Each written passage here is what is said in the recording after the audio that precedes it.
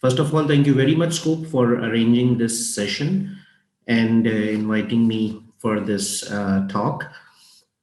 Today's topic is strategic planning and business development. And as we all know, that these are quite some vast areas, but due to the restriction of time, we will touch base to an overview of both the areas, and I would be sharing uh, the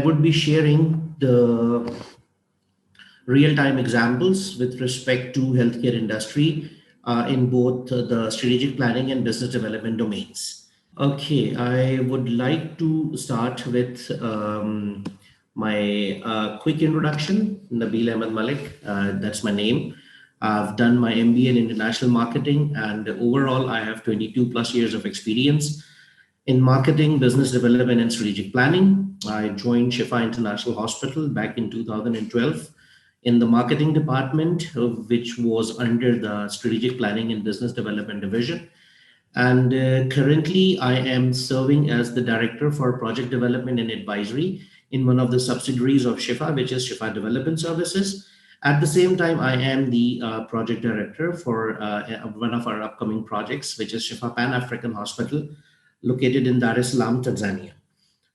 This is my email address. Later on, if anybody wants to have any question or clarification, you are most welcome to email me about the same.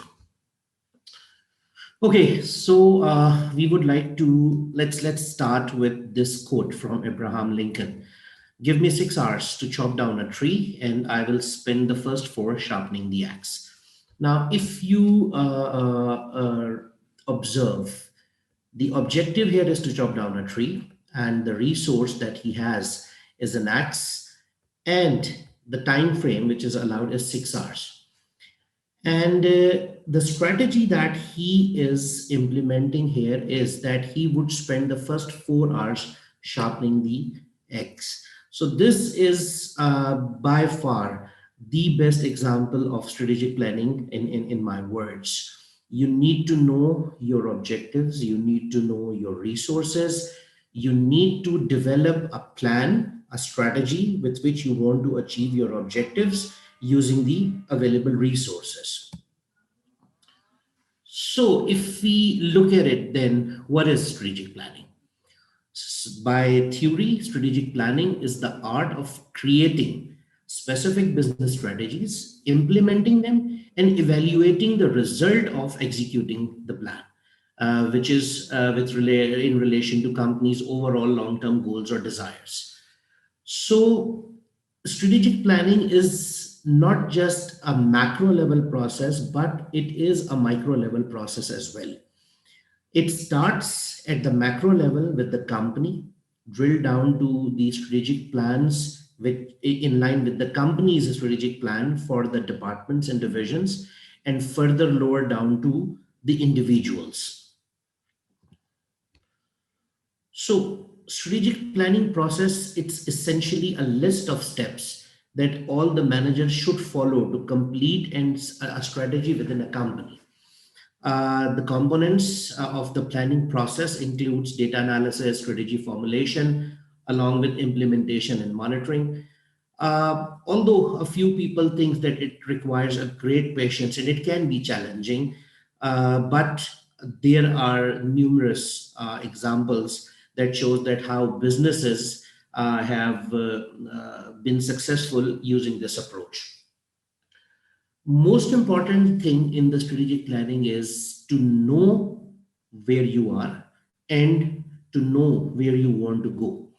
To define that path from where you are to where do you want to go, that is actually the strategic planning process that we have to work on.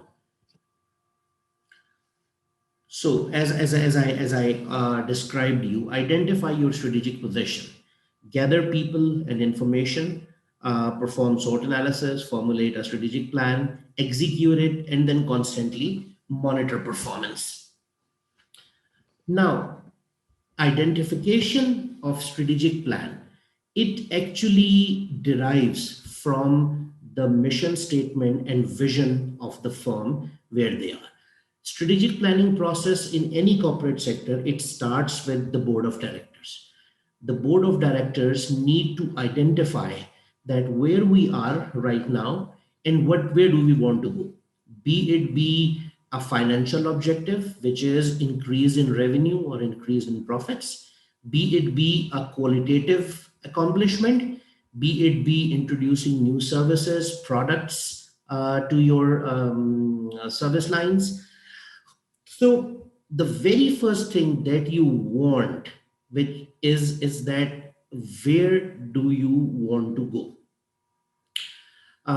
So the next thing which is very important in identifying your strategic position is uh, whatever objectives that you are going to develop, they should be smart. I'm pretty much sure that all of you are very much familiar with this term: simple, measurable, achievable, realistic, and time bound.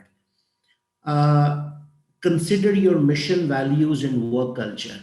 Definitely, you don't want to set up certain objectives which are not in line with your corporate culture. Strategic planning process is directly related to change. You enter into a company as a strategic planning person, and then when you talk about performance, performance is always subject to change. Maybe you need people to work hard, maybe you need your people to work more efficiently or more smartly. You when you set up goals, you may increase their workload. So in every aspect, managing this change is not easy, and you have to take your teams and your colleagues in line with you before you identify your strategic position. So when we say inline your colleagues, so that means when you plan, when you are developing a strategic plan, which departments will it affect? How the people would be responsible to achieve the target that you are setting at the strategic level. Then we need to know the real time data, which could be about the department's performance, the customer response, the market share, anything which is related, which can affect your strategic objective. You need to have that real time data. You need to take decisions which are backed by facts. So when we talk about facts, we need to keep on monitoring the impact of the plan or the strategy that you have implemented. You need to conduct an environment analysis, which means how your strategy or your plan is affected by your stakeholders, by your internal resources, by the government policies, by your competitors, etc. Later on in today's discussion, we will surely have a bit more comprehensive discussion on the environment analysis. Performing SWOT, which is an acronym for strength, weaknesses, opportunities, and threat, it is actually to identify what what are the resources that we have and what are the resources that we lack. And as per our strategic positioning, what are the opportunities in the market and what are the threats related to that. Once you identify all your strengths, weaknesses, opportunities, and threats, then you can work to develop new goals, which will help the business to grow. And the SWOT analysis can also lead you in the right direction and towards your goal. After that, we formulate a strategic plan. Uh, Strategic plan towards business objective, the formulation is actually it actually depends upon when you break your organization into multiple strategic imperatives. Okay, now let's take an example. There is a company that wants to increase its market share. Now That is the macro level objective. At the micro level, the company needs to know what are its cost segments and what are its profit making segments. There are certain departments in an organization that do not contribute towards profitability directly. But if we can manage the cost at those levels, it eventually results into the enhanced profitability of the company.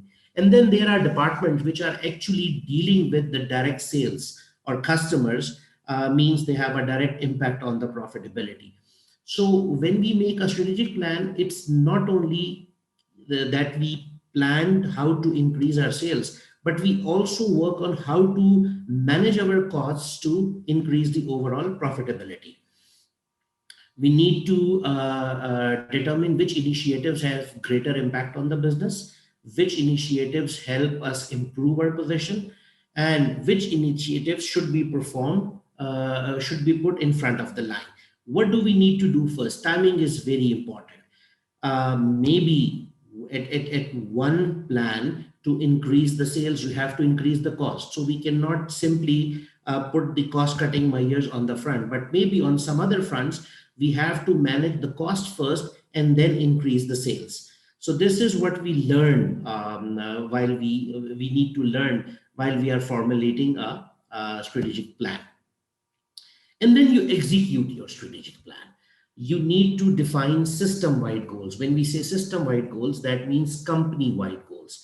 You need to define your strategic initiatives.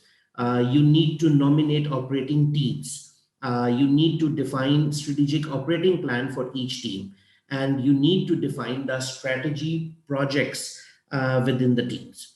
Now, the system-wide goals or the company-wide goals, for example, in a hospital department, we say that we have to increase the profit percentage of the radiology department. So the strategic initiatives could be that let us open the radiology department for another 6 hours out of 24 hours that we operate at the moment. For that, we need to nominate the teams which are going to work extra 6 hours. And within that extra 6 hours, there is an operating plan. Maybe when we are opening additional hours, the hospital is off at the moment. It's not much rushy and everything. And then we define strategy projects within the teams. The team which is working on it, how are they going to collaborate with marketing department and initiate this plan? And how would the customers get to know about it? That's up to that is when it comes to the execution of the plan. Then the last thing and the most important thing is the constant monitoring. A good plan can go wrong at any point of time.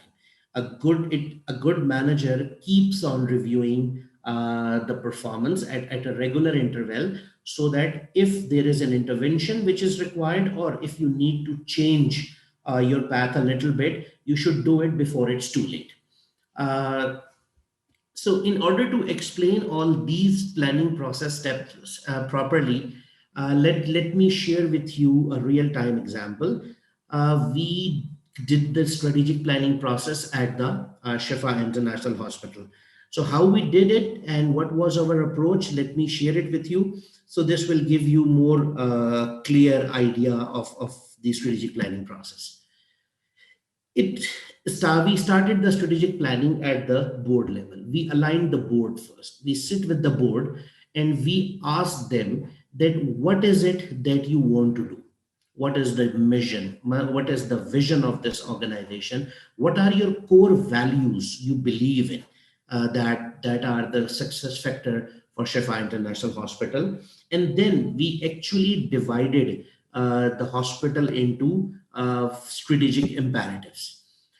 So if you look at it, after having a thorough discussion with the board, we decided that the mission is to provide healthcare with compassion for all. So which means anyone who's coming to Shifa International Hospital should get healthcare with compassion for all. Obviously, this is a mission, and there is a quite possibility that you take a long time to implement this mission, but this is a statement that should be that should be within the mind of every employee of the company, that no matter which patient is coming in, be it be an affording patient or be it be a supporting patient by the foundation, every staff at every corner should understand that they need to support him or greet him or treat him with compassion. The second was the vision statement, which was to be the region's leader by providing quality healthcare services. Uh, we want to be known as a quality destination when it comes to healthcare. That is actually the vision which was derived by the board for the organization. The values were shortlisted down to that we should be compassionate, we should be committed, we should work as a team, we should believe in quality, respect, and we all should be accountable towards what we do.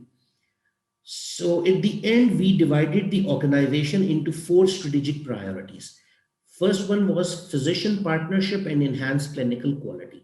So now we put all the doctors, consultants into one strategic imperative known as physician partnership. A hospital cannot succeed until and unless it has good doctors or consultants. And those doctor and consultants need to implement the world-class pathways and protocols when it comes to the delivery of the healthcare. Second, seamless care delivery, which means that all these doctors and surgeons which are working in a hospital, they need to be supported by several other areas. For example, radiology, for example, lab, for example, operation theaters, for example, pharmacy, for example, materials management, supply chain. So until and unless all these functions are functioning properly, the doctors cannot do their goal, do not achieve their goal in a quality manner. Third thing was financial strength and viability, that the plans that we are making, do we have enough financial muscles to back them up? And the last one was strategic growth. It was the strategic planning department, which eventually was not only making these individual plans with these imperatives, but implementing them and keeping a track of their performance at the end of the day. So, as I described, if we look at this slide from this angle, with the guidance from the board, we developed the mission and vision. We divided the organization into strategic imperatives, and then we make a 3 year strategic operating plan. Out of those 3 year plans, we defined 1 year operating plan and requested the organization to give us a budget for that. And then we defined goals and objectives of all the teams that were nominated under those four imperatives. And each quarter, at the end of every quarter, all the teams have to come and present it to the senior management that what were their objectives, what were the steps that they have taken to achieve those objectives, and what was their accomplishment. And within this process, it is very indirectly, it actually provides leadership and talent review, that how the people are making strategic plan in line with the company's strategic plan at the individual or departmental level. Now, it is, for example, if we say we have to increase the revenue of radiology department at this stage, if we say that we have to increase the radiology's revenue, let's say by 25%. So that means every quarter it has to be 25% of that which they need to achieve. So need to define their goals, they need to explain their plan, how are they going to do it. If they want to have budget, for example, they want marketing budget, for example, they want other supports, they want extra human resources, they want to work extra hours, whatever the objective, their strategic plan is, they get the budget accordingly. And then at the end of the quarter, they submit their revenue. So imagine this 4 quarterly meetings at the whole year. At the end of the day, we used to conduct an annual leadership meeting. In that annual leadership meeting, we actually compares the performance of that year with the budget and plan that we made for that year, and subsequently we move towards step two, year two and year three. So that is the most accurate example that I can give you with respect to strategic planning at this stage. These were actually it's a model that these were the imperatives. For example, in seamless care delivery, we have defined programs like how can we cut costs in terms of our raw material. Should we include new suppliers, or we define better terms with the existing suppliers? Then within physician partnership, what kind of new clinical services are we bringing in? How much training is required for those new clinical services that we are planning to come in? From where are we going to get the human resource for that? Strategic growth, how well are we doing? What new initiatives are we taking up? How well are we expanding? And then obviously finance department used to tell us at the end of every quarter that the amount that's spent on each individual objective, what was the result of that. So with this, we actually conclude the overview of strategic planning at this stage and proceed to the second section of today's session, which is business development. Here, I would like to share with you a quote by Bill Gates. He wrote a book about 15 years ago, and the name of the book was Business at the Speed of Thought. In that book, he actually shared the idea that if 80s were about quality and 90s were about re-engineering, then the 2000s will be about velocity of doing business. This is what Bill Gates have envisioned 15 years ago, that the 2000s, it would be about how fast a company serves to the need of its customers, and that would be the single most success factor for the business growth in the 2000s. And this actually becomes the basis for business development. If you see in recent times, last 10 years, the definition of business development has changed, and it's been more crisp as compared to the previous so many years. So now business development means the generation of long-term values for the firm from customers, markets, and strategic business relationships. Earlier, a business used to develop certain products or offer services to a set of customers, and that's what about it is.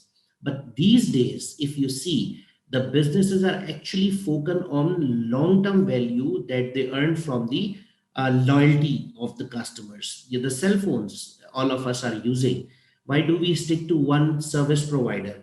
What the service provider actually do to help us? Social media, why do we all use Facebook? What Facebook is earning from there? Why don't we leave using Twitter, or how can we remove WhatsApp from our daily life? So these are actually a few of the examples that how the business trends are changing.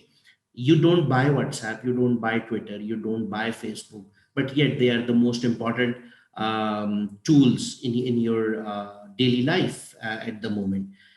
So business development also represents the ideas, moves, and initiatives that helps the business in becoming more effective. It focuses on building a relationship with your partners, who in turn increase sales by offering the products to customers. So if we do a quick comparison of sales and business development. So sales is a segment of marketing that involves direct interaction with the potential customers to instigate them to purchase the product or service offered by the company at an agreed price. Business development, on the other hand, is a process of following the strategic opportunity for the firm by entering into partnerships or identifying new markets for companies' products. Now, for example, let's take the example of construction industry. A company that is making iron bars. What is its sales approach? Its sales approach is that he is offering the iron bars of certain grades at certain prices as derived by the market to the customers which is coming to them. If you are building a house, you will go to the company and you will ask the rate, you will buy the iron bars and they will deliver it to you. Now that was sales. What is business development at their end? The business development at their end is defined as that they shake hands with architects and other construction companies. And they said, if you buy iron bars from us, we will give you X% discount. So what actually happened, they reduced their profits minimally, but on the other hand, they increased their opportunity by a huge percentage. Then comes the nature. The nature of sales is transactional. You get the payment and you give the product. The nature of business development is relational. The more strengthened the relationship is, the higher the profitability is. In sales, the focus is on customers, but in business development, it's on strategic partners. Because if your strategic partner is happy, each strategic partner would result into an enhanced number of customers for you. The function of sales is selling the product, and the function of business development is selling the solutions. Maybe, again, let's take the example of construction industry. You are offering iron bars, and lately you tell them that you will make concrete bricks and you can give it to your strategic partners as well. So then you actually add products in the array that is being channeled towards your strategic partners. Then your association in sales it with execution of plan, whereas in business development it's about devising, focusing, and assessing of a plan. Because the plan that you make, your partners actually execute it. In sales, you seek for distribution of goods and services. In business development, you seek for business expansion.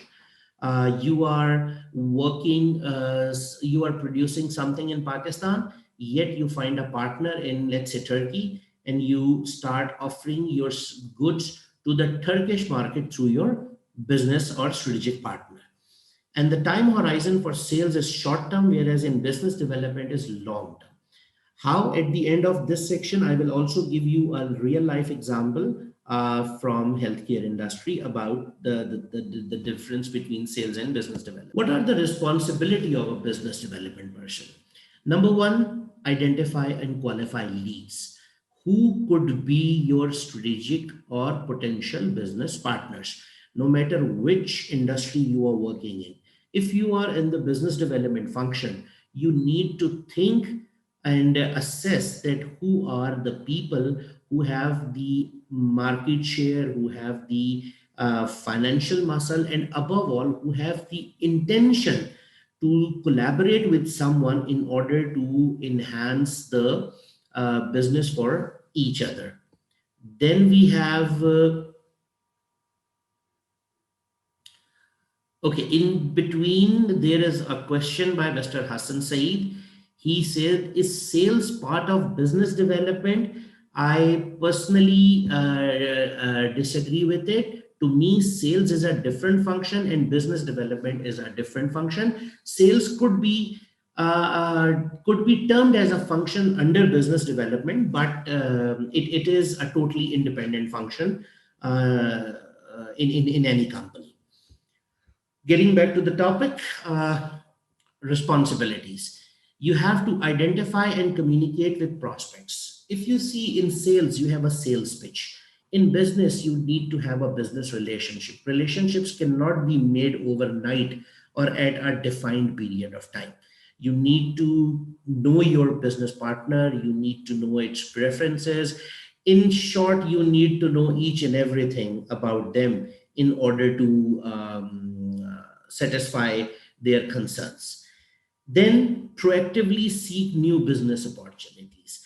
Recently, if you have observed that in within this COVID pandemic, the government of Pakistan said that they are going to ease out the construction industry. So now this was actually a new potential business opportunity in the market.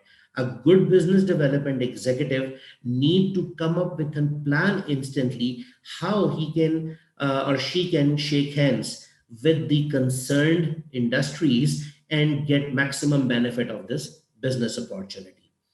Stay up to date on competitive and new market trends. What's happening in the market? Are there new technological advancements? New technologies are coming to the market.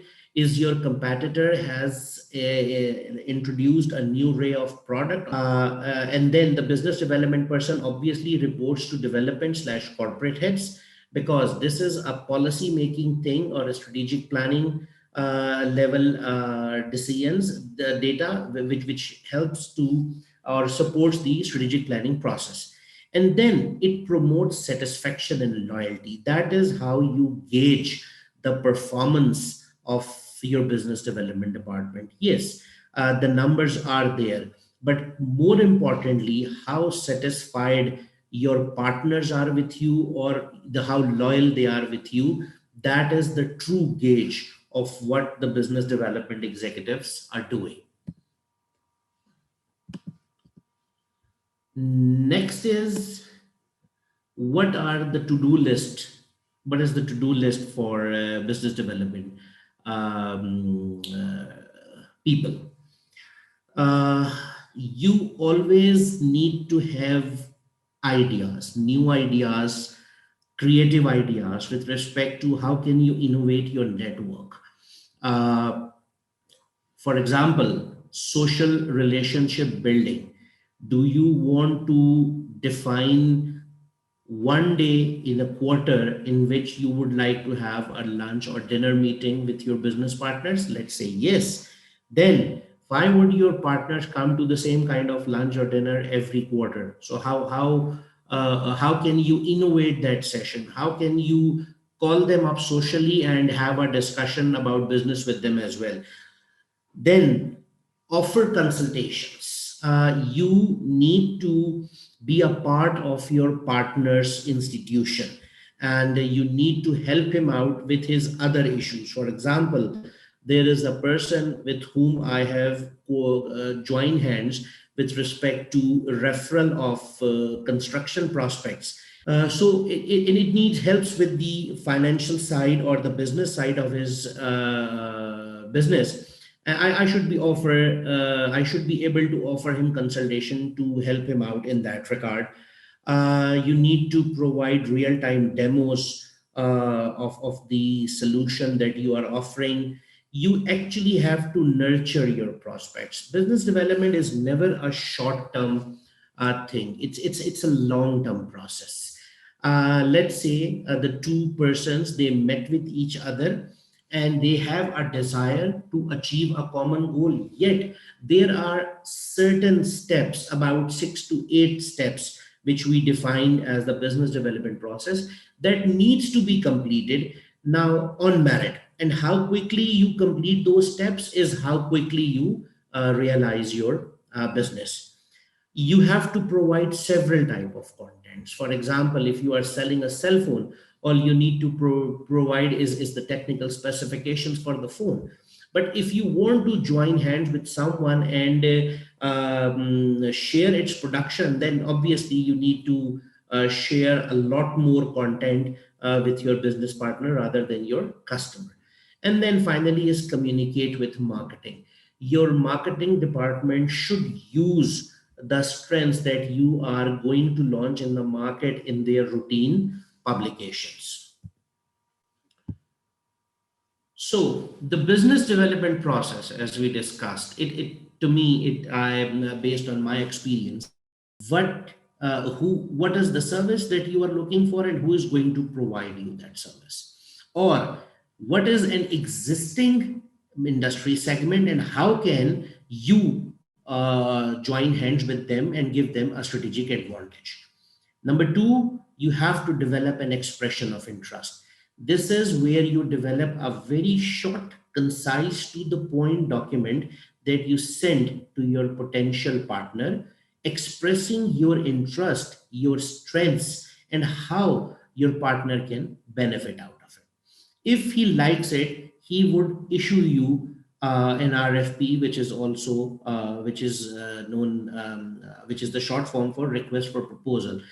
Your partner may ask for a specific proposal in line with the expression of interest that you have developed. Then you have to develop and submit a proposal as per that request. If your proposed partner is happy with your proposed solution, then they will ask for the rates or the financial proposal of that partnership or collaboration. Once they are okay with it, then they are going to sign agreements with you. Now, an agreement in this aspect could be one or could be many of the same kind. It can be a business agreement between two parties, it could be service level agreement, SLAs, or it could be underpinning contracts as a simple contractor. Once the agreement is signed, the project is executed through PMO. In business development, once the lead is matured, it moves from business development to project development. That's another complete area which we may discuss some other time. However, the importance of PMO is very important here, because you have to track the agreement that you are signing on step 6, and all your efforts should be in line with that area. And you need to know your timelines, you need to know what notices to give and what have you achieved. A complete progress has to be monitored through PMO. And last one is the milestone achievement and agreement compliance. You achieved your target while remaining within the framework defined in the business agreement. The very important thing which is to understand in this process is that each stage is subject to qualify on merit. Now, here merit doesn't means only the merit that we talk about, but merit here has different definitions at different stages. So, a quick or a concise breakup of merit could be: the first thing is know your client, which includes the environment scan, the SWOT analysis, and the Porter's five forces models. These are the three approaches that are widely used across the globe when it comes to know your client, or know the business opportunity, or know the project. Then, how to understand the requirements which are set forth in an RFP. Do you have adequate resources to meet up the task? How smartly you negotiate the contract? And lastly, how effectively you manage the project. So, the first area, which was the environmental scan, you need to first evaluate this small yellow circle. You need to scan your internal environment.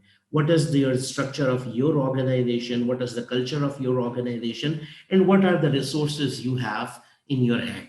Then you move up to the bigger circle, which is the task or project related environment, in which you have to see the impact of the shareholders, the suppliers, government policies, employees, labor unions, special interest groups, competitors, trade associations, customer creditors, and communities. Obviously, this is a very vast area.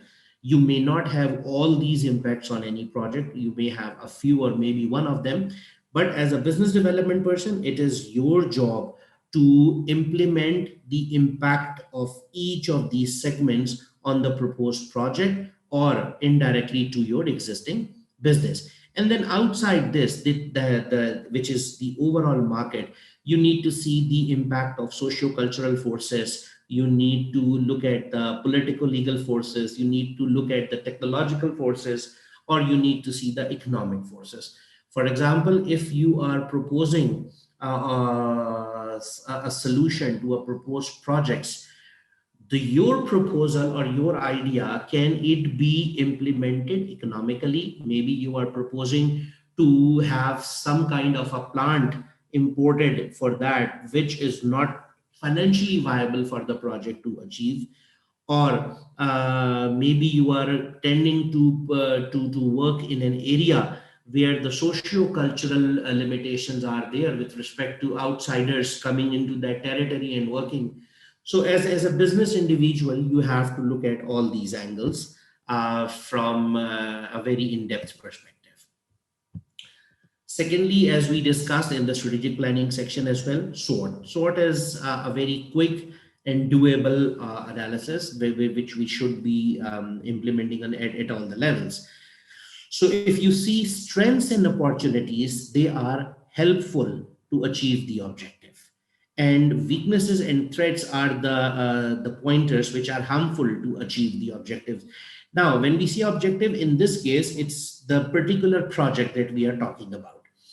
Again, then strengths and weaknesses are of internal origin, which comes from within your company, and opportunities and threats are external origin, which comes from outside the market. And then comes the Porter's five forces model.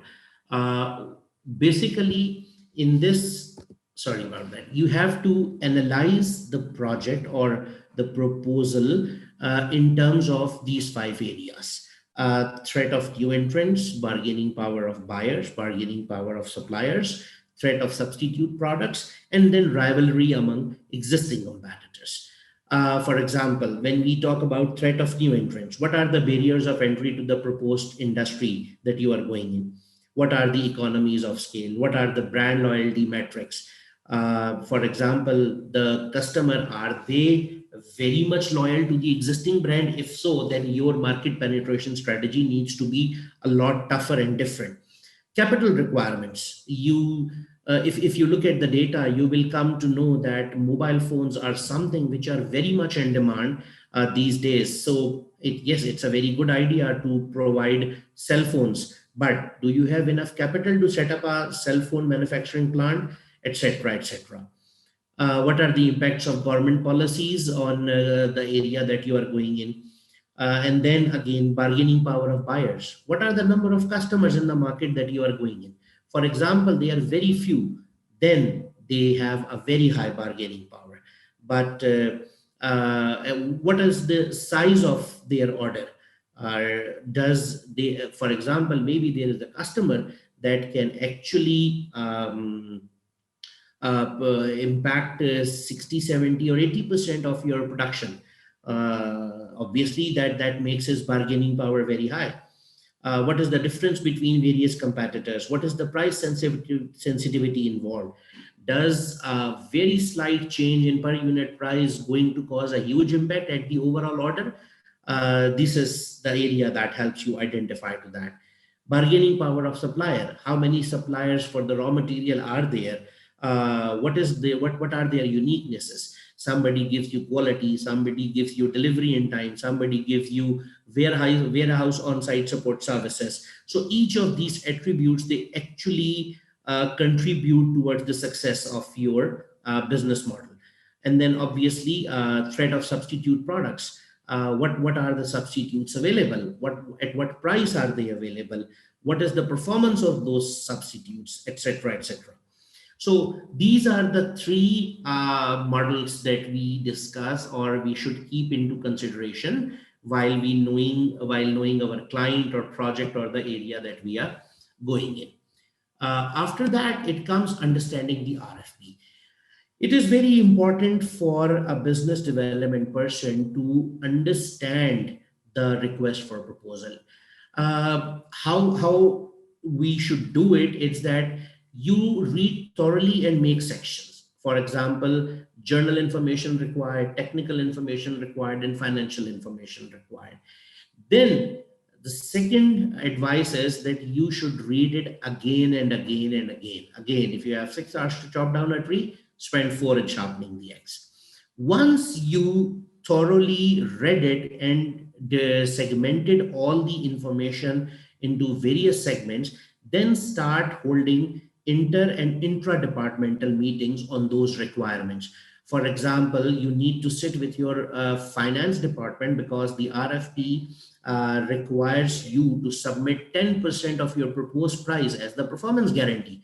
So you need to ask your finance department whether they have that kind of funds available or not. And again, from experience, try to make as many sun diagrams as possible because they really help you or initiate your creative thinking process.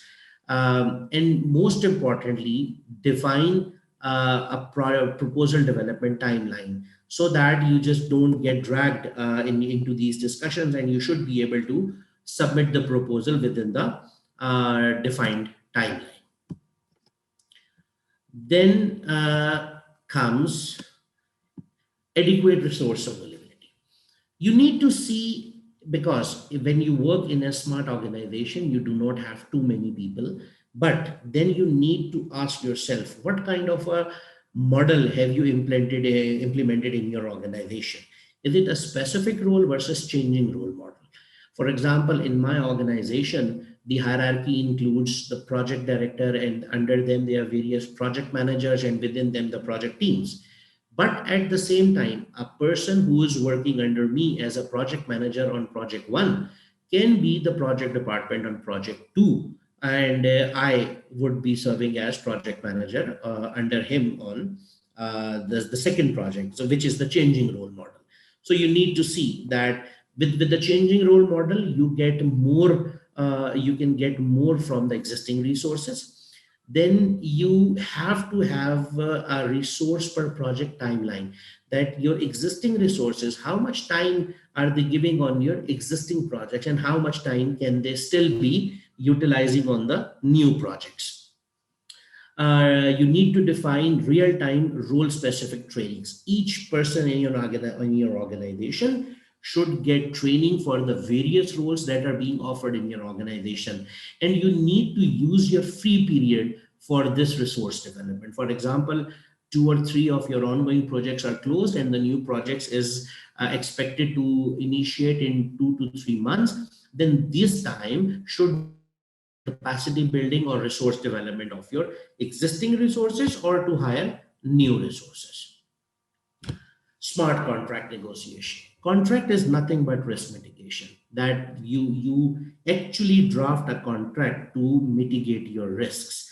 So in order to do that, you need to identify what are the potential project risks associated with your proposal or the project that you are undertaking. Segment those risks into small, medium, and high risk categories. And then you have to develop risk mitigation strategy for each segment. Once you do that, you will ultimately be reflecting all these things in the smart contract negotiation. Effective project management. As I touched it earlier, you need to have a PMO, project management office. This would be your one window communication with all your potential clients or existing clients. The project plans should be developed in collaboration with all the stakeholders. And then regular project progress updates versus plan should be monitored. Now, as a real-time example, quickly in 2 minutes, after 25 years of operations, one day we had a strategic discussion session at Shifa International Hospital. And we thought that what is it that we learned in the last 2.5 decades other than treating patients? And the answer comes to us that we have learned how to establish a hospital, because 2.5 decades ago, Shifa has started with 10 beds, which is now almost a 600-bed facility. And at that time, it has 4 consultants, and now it has 300 consultants. We were offering a few services. Now we are offering almost 60, 80 plus core services. So we realized that in this time, we learned how to implement these things. So we decided as part of our strategic plan that we should enhance our footprint now. Now, all of you who are actually working in the healthcare industry do understand that establishing a quality hospital is not easy. It is a very capital intensive thing. So as part of our business plan development, what we did, we said we are going to establish a consultancy arm, which is Shifa Development Services, and we are going to shake hands with those people in Pakistan or abroad who are willing to establish good quality hospital facilities. So through SDS, we are going to provide them the planning support, the construction support, and through Shifa International Hospital, we will provide them the hospital management and operating support. So with this, by investing very little, let's say up to 18, 19% of a project, you get your shares in different projects, which eventually results into what? Number one, your name is at multiple locations now. All these investments that you have made would yield results or profits for a very long time. You sell your services by establishing a new company, which has specialized in establishing hospitals. So that is how you achieved your strategic objectives through business development. At the end of the session, it's just a personal hobby, three life lessons that I have learned. I would like to share it with you today. Number one, always remember give and take. Give and take, not in a sense when we have to give something to get something. No. Whenever you plan a business, please remember to plan the giving end first. What your proposal or idea or business can give to your customers, what can it give to your partners, what can it give to your suppliers, what it can give back to the economy, what can it give back to the society, and then you derive what you can take out of it from there. So this is very important. If you start your thought process from what will you get and what will you give, it has a totally different impact. You can exercise it sometime. Secondly, always remember this S curve model. Now, on the X axis, the horizontal axis, we have time in years, and on the Y axis, we have value in millions. So, if you see the start, whenever you start a business, it goes down to this first red dot. What does it shows? It's the capital investment that you have done into the project. From there, this is the point from where you launch your services. It reaches to this second red point where you are breaking even your costs. And after that, it goes up to this third line where you are maximizing your revenues or profits, and to the fourth line where it has started diminishing or it's stagnant through at a sustainable point. So your strategy for this first point should be to reduce this time period and this capital intensiveness. And your strategy for this third point is to maximize the curve here to maximize your profits. And at this point, you should understand that you have now a trustable team which has developed over a period of time. Give the business to them, and it's time for you to get into something new. And lastly, it's the effort to success model. Always remember that success is 15% of your efforts, which means if you give 10 proposals out, you will get 1.5 businesses. So you cannot change that 15%. That's very important. But you can change the effort. If you want more than 1.5 businesses, send 20 proposals, 30 proposals, and your success would start increasing day by day. That's one way of looking at it. Second is, with the passage of time and experience, automatically you get organized, your teams get organized, and your capacity to participate into more businesses, they increases. So with this, we come to the end of today's conclusion, and if there are any questions, we can. Thank you very much, Nabeel sir, for taking your time. It was our pleasure and privilege to have you with us today. Thank you very much. And thank you everyone for joining us. You will get your feedback form via your email addresses. Please let us know about the activity. We will be coming back for more activities. And thank you very much. Thank you, Nabeel sir.